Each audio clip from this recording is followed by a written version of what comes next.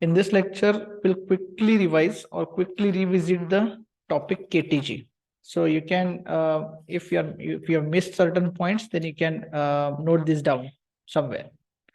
So let's start. So I mentioned the gas laws, basic gas laws, but this is additional gas law, which you would have seen earlier also. So this is Dalton's law of partial pressure. Dalton's law of partial pressure. हा law काय सांगतो, suppose if you have a mixture for a mixture of non reacting gases, for a mixture of non reacting gases, total pressure is equal to sum of partial pressures of all the gases, all the component gases, and so on. Where this pi are what? Pi in general, pi are partial pressures. Partial pressures means as if there is only one gas, pressure exerted by gas as if there is only one gas. म्हणजे एकच gas आहे same volume मध्ये असं assume करून त्यांना किती pressure exert केलं असतं, that pressure is called partial pressure of that gas. आणि नॉन रिएक्टिंग मिक्सचर असेल, very important, non reacting असेल तर it becomes very difficult. Non reacting gas mixture असेल the total pressure exerted by gas is sum of partial pressures of all gases. Then we have seen briefly the constants. R gas constant, याची value असते 8.314. Unit is important, joule per mole per Kelvin, and this depends on he universal value आहे. This is actually constant but depends on what? Units chosen. म्हणजे जे unit आपण choose केलेले आहेत, जसं इथं जूल पर मोल आहे तसं जूल पर केजी पण आपल्याला डिफाईन करता येतं. But to define joule per KG we must know the molecular mass of that gas. म्हणजे for each gas it will have different value of R in joule per kg per Kelvin, but if you express in joule per mole per Kelvin it will be same for all gases. Obviously those will be ideal gases. 8.314 joule per mole per Kelvin. So for example, suppose if you find for hydrogen, so let's say for hydrogen 1 mole is what? 2 gram. So you have to divide this by 2 and so on. Okay, so it will be depending on what? It will be depending on the gas you have chosen. So but remember, in joule per mole per Kelvin it will be same for all, and that is equal to 8.314. Then next constant is Avogadro number. Avogadro number is what? 6.022 into 10 raised to 23. This is number of molecules per mole, so unit is per mole. And then this constant which what is called Boltzmann constant, and this is nothing but R divided by Na, and this is equal to 1.38 into 10 raised to minus 23, 10 raised to minus 23. Unit काय येणार आहे बघा? per mole cancel होणार, so that would be joule per Kelvin. Okay, so this is all about basics. Then we have seen ideal gas equation, but in case of real gases जर असतील which actually deviate from the behavior of ideal gases, for real gases we have additional equation which is called van der Waals equation. van der Waals equation काय? It gives the equation of state for the real gas, आणि त्याच्यामध्ये फक्त काय केलेलं आहे? Ideal gas equation काय? PV equals to nRT. Let's forget about n and let's say ki for 1 mole, let's assume that 1 mole, for 1 mole PV equals to RT. So this is equation of ideal gas, पण real gas slightly deviate from ideal gas. So याच्यामध्ये थोडंसं tuning केलेलं आहे, and that is given by van der Waals equation. He equation काय बघा? P plus A divided by V square times V minus B equals to RT. म्हणजे RT right hand side same आहे, pressure मध्ये correction आहे, volume मध्ये correction आहे. V जे असणार आहे, या V चं युनिट जे असणार आहे, डायमेन्शनल अनालिसिस फॉलो केलात याचं युनिट काय असणार आहे? That is equivalent to what? P आणि A अपॉन V स्क्वेअरचं युनिट सेम आहे, सो दिस इज PV स्क्वेअरचं. P चं unit newton per metre square, V volume metre cube त्याचा square metre raise to 6. So it is newton metre raise to 4. आणि unit जे असणार आहे constant b चा that is identical to volume, कारण V मधून मायनस करायचं आहे आणि व्हॉल्यूमचं युनिट असतं मीटर क्यूब. व्हॉल्यूमचं युनिट असतं metre cube. So this is van der Waals equation, which is basically correction to this ideal gas equation. Okay. Okay. So moving on. Next important part, mean free path. आपण बघितलेलं आहे आपण mean free path. So write this down. Mean free path. So it is the average distance traveled by a molecule, gas molecule, between successive collisions. आणि याचा formula आपण बघितलेला आहे. याचा फॉर्म्युला काय असतो? Write this down. Lambda equals to 1 upon √2 times pi n d square. मग याच्यामध्ये टर्मिनॉलॉजीज बघा काय आहेत. n is number of molecules per unit volume. म्हणजे number of molecules per unit volume. याला आपण मॉलिक्युल डेन्सिटी असं पण म्हणतो. डी म्हणजेच काय? डी म्हणजे diameter. D is diameter of molecule. बरोबर. मग याचे आपण डिफरंट एक्सप्रेशन्स घेऊ शकतो. बघा कसं. समजा m is a mass of one molecule. एका मॉलिक्युलचं मास आपण m जर कन्सिडर केलं तर बघा इथं मी सेपरेट इथं टर्म्स लिहितो. पहिल्यांदा काय काय होणार आहेत बघा. m इंटू n काय होणार आहे? m इंटू n केलं तर m म्हणजे मास ऑफ वन मॉलिक्युल्स इंटू म्हणजे बघा मास of molecule multiplied by number of molecules divided by volume. मग हे काय होणार? एका मॉलिक्युलचं mass into total number of molecule जर केलं तर मास ऑफ गॅस होणार आहे. Mass of gas divided by volume. आणि डिवायडेड बाय व्हॉल्यूम म्हणजेच काय? This is rho. So I can write this down. From this I can write down m into n equals to rho. m into n equals to rho. मग हेच जर इथं me put केलं तर लॅम्बडाचं equation काय मिळणार बघा. लॅम्बडा इक्वल्स टू 1/√2 पाय. n ची व्हॅल्यू मी काय पुट करू शकतो? Rho upon m. So this is d square rho upon this will become m. This is second formula in terms of m mass of molecule, rho density. इथं नवीन terminology additional कुठली आली? Rho density of gas. बरोबर.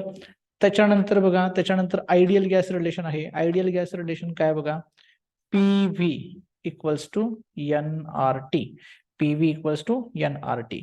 PV equals to nRT लिहिला तर n number of moles म्हणजे काय? Number of molecules divided bye Avogadro number times RT. मग हेच एक्सप्रेशन आपण कसं लिहू शकतो? R अपॉन NA जर कंबाईन केलं तर R upon NA is n times Boltzmann constant KB times T. बरोबर. आणि हा जर समजा मी V इकडे आणला तर याच्यावरून काय म्हणणार मला? P equals to this is number of molecules divided by volume times KB times T. where this n is number of molecules. इथं n म्हणजे काय? नंबर ऑफ मॉलिक्युल्स आहे. हा जो n आहे हा इथं नंबर ऑफ मोल्स आहे. जे थोडस मिसलिडिंग आहे कारण इथं पण n वापरलेला आहे, इथं पण n वापरलेला आहे. पण understand this. n in ideal gas equation is number of moles. Number of moles कसं डिफाइन करतो आपण? Total number of molecules divided bye Avogadro number. R आहे R अपॉन NA, याला आपण बोल्ट्झमन कॉन्स्टंट KB म्हटलेला आहे. मग हे n number of molecules times KB times T. यातलं V इकडे आणलं number of molecules per unit volume. मग इथं बघा number of molecules per unit volume म्हणजे आपण त्याला स्मॉल n न डिनोट केलेला आहे. This is n times KB times T, where this नाव n is actually molecule density किंवा molecule per unit volume.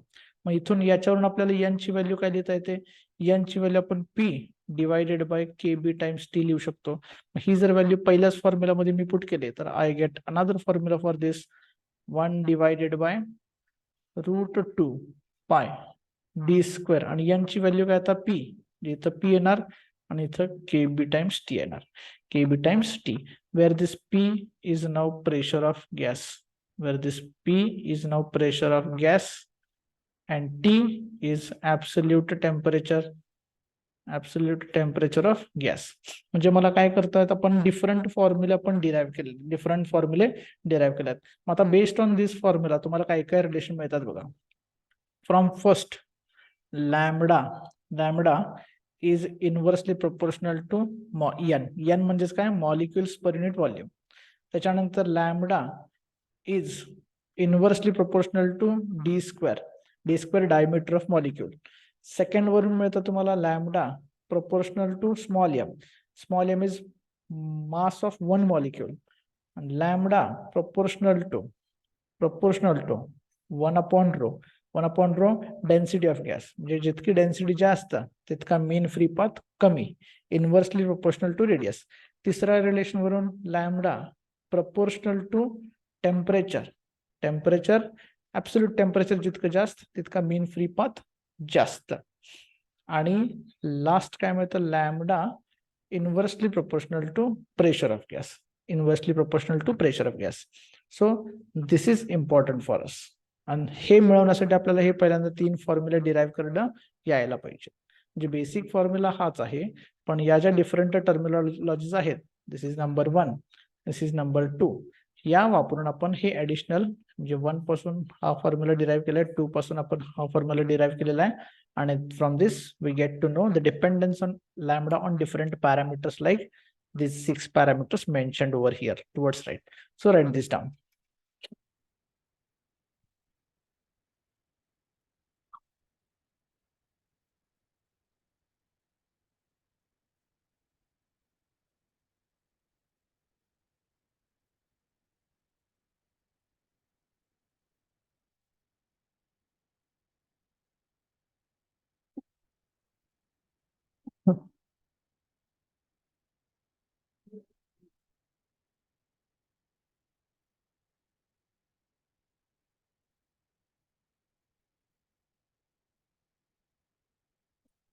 Okay, so next, continue.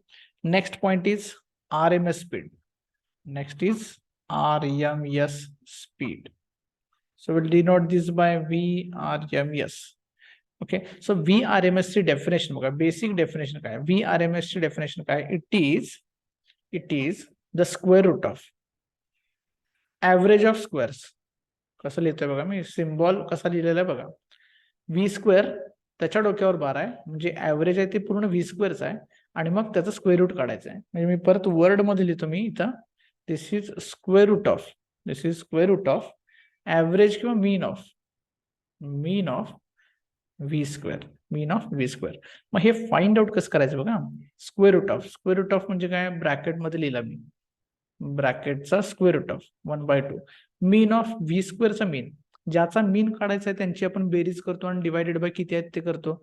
समजा अशी V1 square plus V2 square plus V3 square, square and so on, plus समजा VN square पर्यंत आहेत. Divided by असे किती आहेत, N मॉलिक्युल्स आहेत, so divided by N. So it will give what, so bracket मधली जी टर्म आहे स्क्वेअरची ऍडिशन डिवायडेड बाय N म्हणजे ऍव्हरेज ऑफ व्ही स्क्वेअर आणि त्याचा square root. And this is not the same as average velocity. हे different आहे, म्हणजे असं लिहिलं व्ही बार ब्रॅकेटचा square, this is square of average, this is square of average. आणि V square average, this is average of square, and V bar square not necessarily be equal to V square bar, So this is very basic definition of RMS velocity. लक्षात. Next, आता हे झालं RMS चं definition. RMS च्या definition नंतर आपण काय बघितलं होता point. So next point we have discussed is pressure of ideal gas. So write this down, pressure of ideal gas.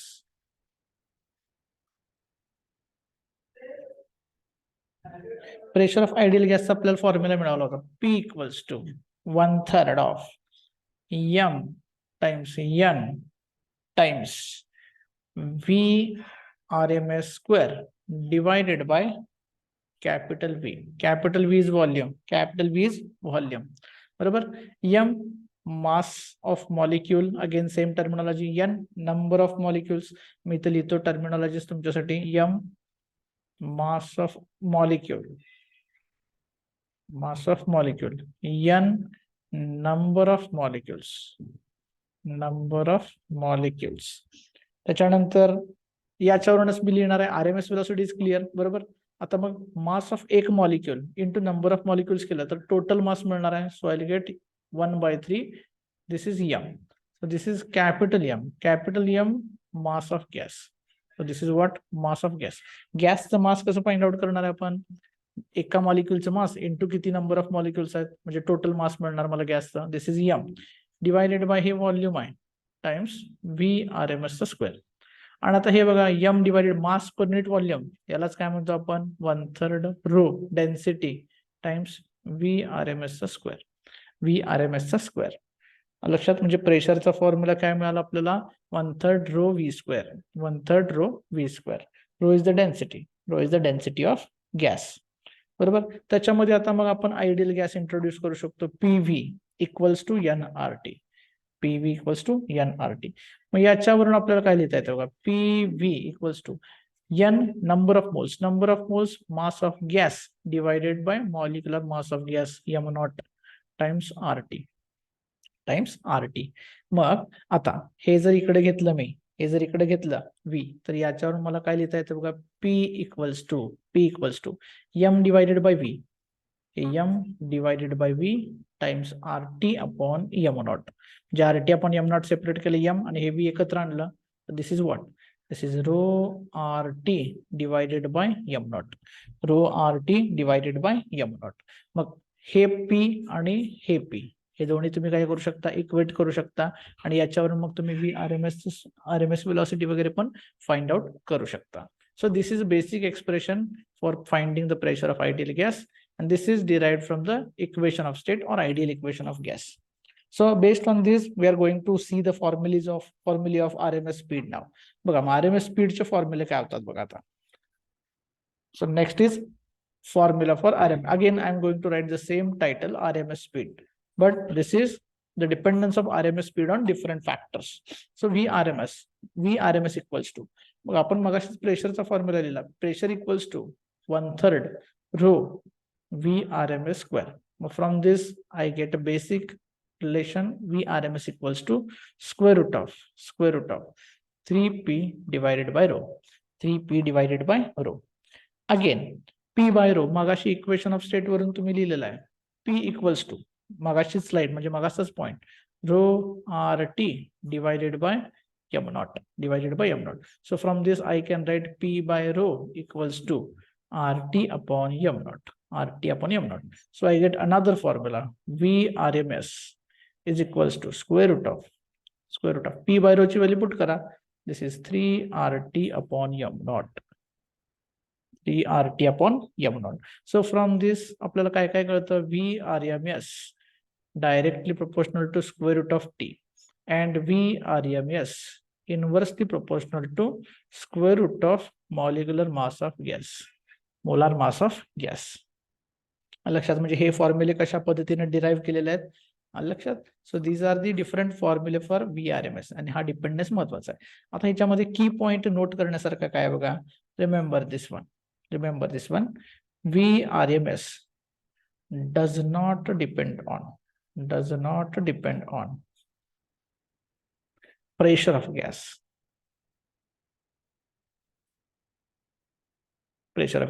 म्हणजे काय, इथं तुम्हाला फॉर्म्युला, तर दिस इज कॉन्ट्राडिक्टरी स्टेटमेंट तुम्हाला वाटेल, कारण इथं फॉर्म्युला जर हा फॉर्म्युला ऑब्झर्व केला तर बघा इथं P आहे, प्रेशर ऑफ गॅस आहे, पण डेन्सिटी पण आहे इथं डिनॉमिनेटर मध्ये.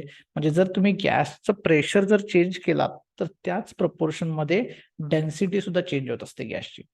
कारण बघा इथं आयडियल गॅस इक्वेशन फॉलो करायला पाहिजे, म्हणजे P जर सेम इन्क्रीज केला म्हणजे सर्टन मॅग्निफाय केला सर्टन फॅक्टरनं, तर तेवढ्याच फॅक्टरनं रो सुद्धा मॅग्निफाय होत असतो. म्हणजे for example consider ideal gas being compress केल्यानंतर प्रेशर इन्क्रीज होणार आणि डेफिनेटली कॉम्प्रेस केल्यानंतर डेन्सिटी पण काय होणार आहे, इन्क्रीज होणार आहे. सो ते जे प्रपोर्शन असतं इन्क्रीज होण्याचं ते सेम असतं, so that it's ratio P by rho remains the same. म्हणजे प्रेशर जरी चेंज केलं तरी VRMS वर काहीही फरक पडणार नाही. त्यामुळे या फॉर्म्युलामध्ये जरी तुम्हाला दिसत असलं की VRMS डिपेंड्स ऑन प्रेशर, पण it also simultaneously depends on density, आणि फक्त प्रेशर चेंज केल्याने डेन्सिटी सेम राहणार असं पॉसिबल नाही आहे. मग काय केलं आपण, प्रेशर चेंज केल्यानंतर डेन्सिटी चेंज होते, म्हणून आपण काय म्हटलं की VRMS is not going to be dependent on pressure of gas. So it depends on the temperature and molar mass of that gas. Okay, so this is about RMS speed. Now next point is average kinetic energy. Let's find the average kinetic energy. Average kinetic energy. So kinetic energy of molecule पहिल्यांदा find out करतोय आपण of molecule. एक molecule काय येणार, half mass of molecule m, velocity average आहे त्यामुळे VRMS consider करायला पाहिजे स्क्वेअर. फॉर्म्युला माहित आहेत आपल्याला, this is half m into VRMS चा स्क्वेअरचा फॉर्म्युला वापरला तर it is 3RT divided by m nought divided by m nought. So आता याच्यावरून बघा, याच्यावरून आपल्याला काय काय लिहिता येतं बघा. So this is what, this is mass of molecule. So आपल्याला माहित आहे मास ऑफ मॉलिक्यूल इंटू, आता तुम्ही जर हे केलात याचा आता रिलेशन बघा, मास ऑफ मॉलिक्यूल इंटू समजा ॲव्होगाड्रो नंबर केलं मी, एका मॉलिक्यूलचं मास m आहे इंटू ॲव्होगाड्रो नंबर एवढे मॉलिक्यूल घेतले, तर ॲव्होगाड्रो नंबर एवढे मॉलिक्यूल म्हणजेच काय, एक मोलचं मास म्हणजेच काय, मोलार मास येणार आहे. मग याच्यावरून आपण m divided bye molar mass m not याची व्हॅल्यू काय लिहू शकतो आपण, सॉरी याची व्हॅल्यू आपण लिहू शकतो 1/NA लिहू शकतो.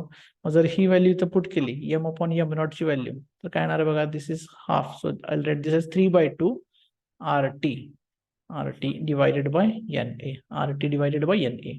जो mass of one molecule into Avogadro number 1 mole, 1 मोलचं mass molecular mass, so m/m nought is equal to 1/NA. आणि याच्यावरून बघा R/NA is what, R/NA is Boltzmann constant Kb times T. Boltzmann constant Kb times T.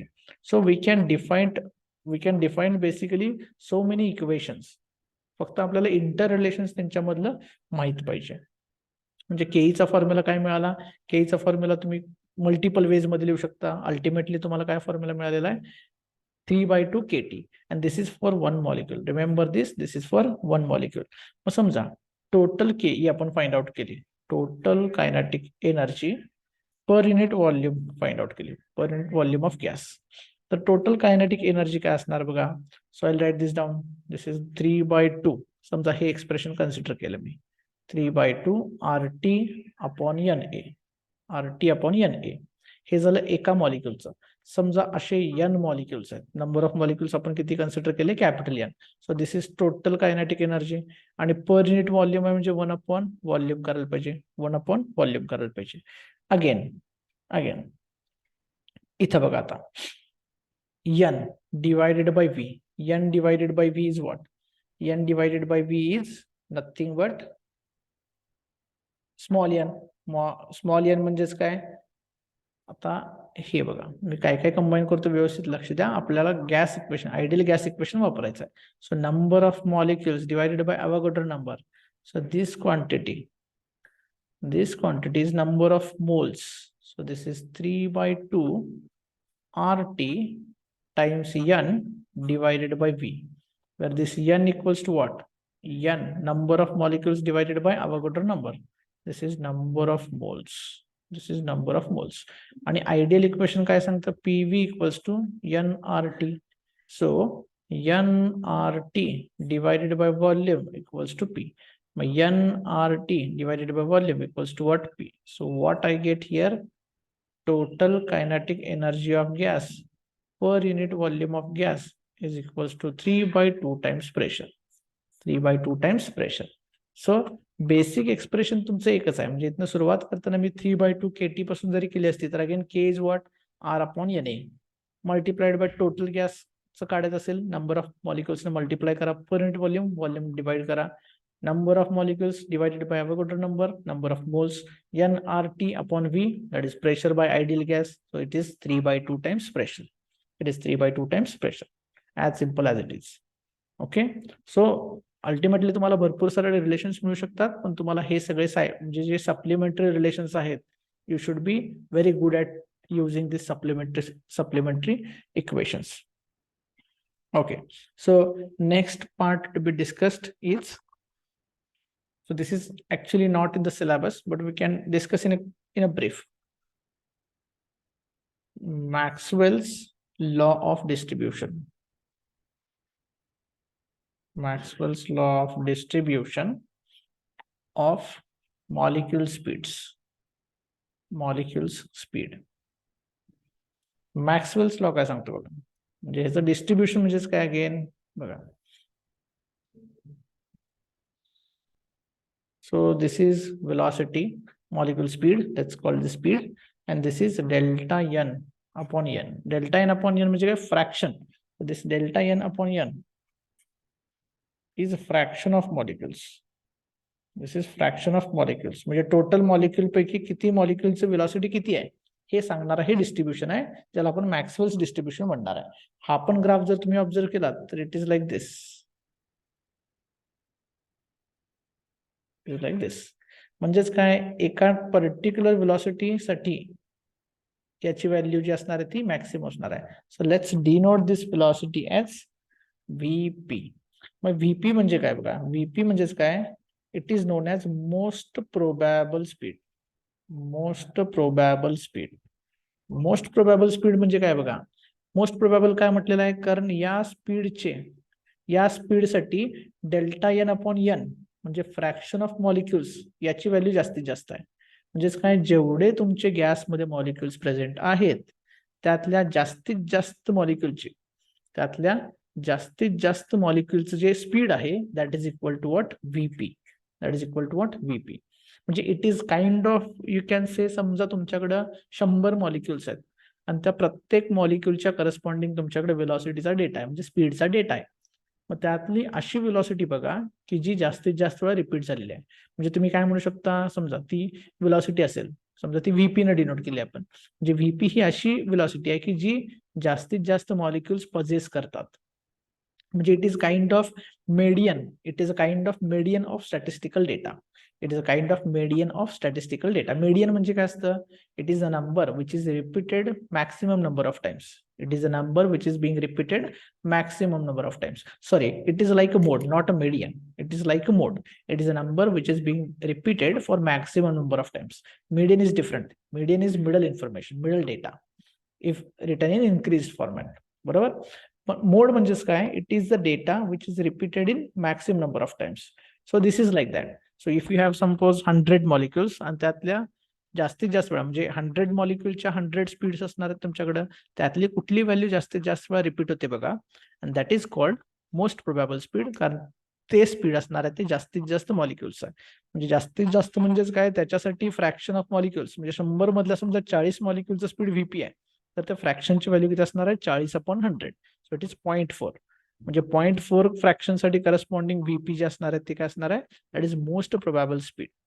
मग या most probable स्पीडचा formula जो असतो, just this is statistical information. Statistical म्हणजे हे स्टॅटिस्टिकल फिजिक्स मधून तुम्हाला डिराईव्ह करता येतं. So this is not in our syllabus, but याची व्हॅल्यू जी असते ती 2RT/m0 असते. 2RT/m0 असते. त्याच्यानंतर VRMS आपल्याला माहितीच आहे. VRMS आपल्याला फॉर्म्युला माहिती आहे. This is 3RT/m0. This is 3RT/m0.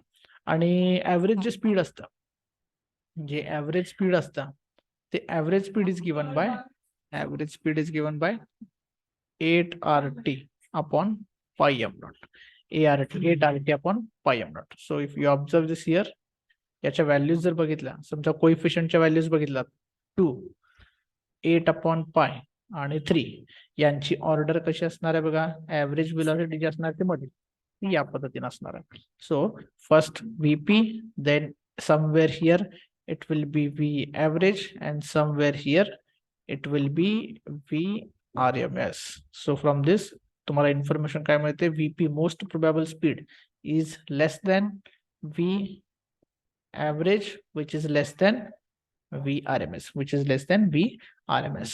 So among these all three velocities, again all these velocities apart from this RMS velocities, these are obtained from statistical information. So this is not going to be studied in this particular syllabus here. So but what is important, most probable speed is the least among these three, and RMS is the most among these three. So this is given by Maxwell. That's why it is called Maxwell's distribution. Okay. So moving on, the last part, we are moving towards last part. So this is regarding DOF, degrees of freedom. आता degrees of freedom आपण monoatomic gas, diatomic gas, ट्रायटॉमिक गॅसच्या बघितलेल्या आहेत. पण समजा in general suppose let's say suppose system we have system having n particles. For example for triatomic, समजा triatomic gas असेल, for triatomic gas this n triatomic म्हणजे number of particles किती असणार आहे, 3 असणार आहेत. So in general this degree of freedom, जर single particle असेल तर सिंगल पार्टिकलच्या डिग्रीज ऑफ फ्रीडम किती असतात, 3 असतात. कुठल्या 3 असतात, ट्रान्सलेशनल, तिन्ही translational degrees of freedom. Because to represent any single particle we just need 3 coordinates of that particle to describe its position at any point of time. त्याच्यामध्ये त्याच्या degree of freedom किती येणार, 3. मग n पार्टिकल असतील तर त्यांच्या degree of freedom किती असणार आहे, 3 multiplied by n. For each we have 3, so for n we have 3n. आणि मायनस आपल्याला k करावं लागतं. आणि हा k जो फॅक्टर आहे, हा k फॅक्टर काय असतो, this is number of independent relations between them. म्हणजे 3n तर इंडिपेंडंट असणार आहेत त्यांच्या, पण त्यांच्यामध्ये इंडिपेंडंट रिलेशन जर असतील k, म्हणजे basically this is kind of constraints म्हणजे काय, की त्या मॉलिक्युलवर लिमिटेशन्स आहेत, की बाबा इकडे मूव्ह होऊ नाही शकत. म्हणजे फॉर एक्झाम्पल जर समजा तुम्ही डायॲटॉमिक गॅस जर कन्सिडर केला, तर डायॲटॉमिक गॅस मध्ये काय माहिती आहे, डायॲटॉमिक साठी पार्टिकल्स 2 आहेत, मल्टिप्लाइड बाय 3 केला किती आलं, 6 मायनस त्यांच्यामध्ये रेस्ट्रिक्शन काय आहे, ते अलॉंग दिस ऍक्सिस म्हणजे along the line of axis ते रोटेट नाही होऊ शकत. त्यामुळे एक रेस्ट्रिक्शन आहे त्यांच्यामध्ये, त्यामुळे -1 करावं लागणार तुम्हाला. त्यामुळे किती येणार, डिग्री ऑफ फ्रीडम 5 येणार आहे लक्षात. आणि ते मग रोटेट करू शकतात पण about other 2 axis which are perpendicular to their line of axis. बरोबर. त्यामुळे रेस्ट्रिक्शन 1 आलं, त्यामुळे 3 × 2 मायनस एक इंडिपेंडंट रिलेशन आहे त्यांच्यामध्ये, किंवा कन्स्ट्रेंट आहे, लिमिटेशन आहे, that you have to subtract from this. लक्षात. म्हणजे फॉर एक्झाम्पल बघा, जर समजा तुम्ही नॉन लिनियर ट्रायॲटॉमिक कन्सिडर केलात, नॉन लिनियर ट्रायॲटॉमिक मॉलिक्युल, म्हणजे समजा त्याचं स्ट्रक्चर असं आहे, एक पार्टिकल, दुसरा पार्टिकल, तिसरा पार्टिकल, इथं असं आहे समजा. मग आता याच्यात एक रिलेशन असणार आहे, this is 1 value of k, this is another value of k, this is another value of k. बरोबर. तिघांच्या मध्ये इंडिपेंडंट जर तुम्ही रिलेशन्स बघितले तर 3 कन्स्ट्रेंट्स आहेत. 3 कन्स्ट्रेंट म्हणजेच काय, हे दोघं याच्या बोट रोटेट नाही होऊ शकणार, हे दोघे याच्या बोट, हे दोघे याच्या बोट. म्हणजे 3 कन्स्ट्रेंट्स असतील तर टोटल डिग्रीज ऑफ फ्रीडम किती येणार, total degrees of freedom are 3 multiplied by number of molecules किंवा particles 3 minus restrictions constraints 3, so it will be 6. पण हे जर समजा लिनियर असतील, लिनियर ट्रायॲटॉमिक समजा या पद्धतीने आहेत, 1, 2 and 3. So you have one independent relation between these two, one independent between these two. So indirectly you'll have a relation between these two. So through these 2 relations you are going to establish relation between first and third. म्हणजे first आणि second मध्ये relation आहे, second आणि third मध्ये another relation आहे. So indirectly you are relating 1 and 3. So independent relations जे आहेत ते किती आहेत, तिथं 2च आहेत. मग त्यावेळेस डिग्री ऑफ फ्रीडम काय असणार आहे, so it will B 3 multiplied by number of particles 3 minus restrictions किंवा constraints 2, it will be 7. So this will be generally used, but we are not requiring this anywhere, because we have seen it separately for monoatomic, diatomic and triatomic molecules. Okay, so and the last part we have already seen, but I'm just going to define this. So we have seen this for solids.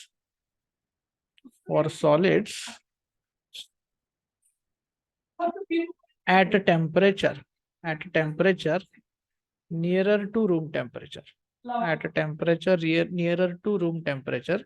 the value of specific heat constant. So we are not going to differentiate between specific heat at constant pressure and constant volume, because that is not that. Change in volume we generally consider to be 0. That's why we define this C is equals to 3 times R. So this C is equal to 3 times R. And this law is called Dulong-Petit's law. Dulong-Petit's law. This law is called Dulong-Petit's law. And so I have mentioned here at temperature nearer to room temperature. So another definition I can write here, temperature at which C equals to 3 R's for solids. म्हणजे temperature for which C ची value जी आहे सॉलिडची ती exactly 3 R होते. This temperature is called D by temperature. This temperature is called D by temperature. आणि lastly for water, specifically for water, because water liquid is important for us, CP first decreases with the temperature, and then increases. So it's not like CP is constant for all temperature ranges. So you must have seen in the definition of CP for water, you particularly chose the temperature range of 14.5 degrees Celsius to 15.5 degrees Celsius just for this reason. Because for all temperature ranges, the value of CP is not going to be same for water. So CP, if you keep increasing the temperature, it will start decreasing first, and then after a certain value of temperature, it will start again increasing. So these are additional points which we discussed in the last part of the lecture. So that's how we completed this topic, KTG and radiations.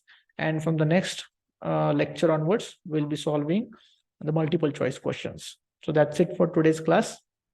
We'll meet in the tomorrow's class then with the MCQs.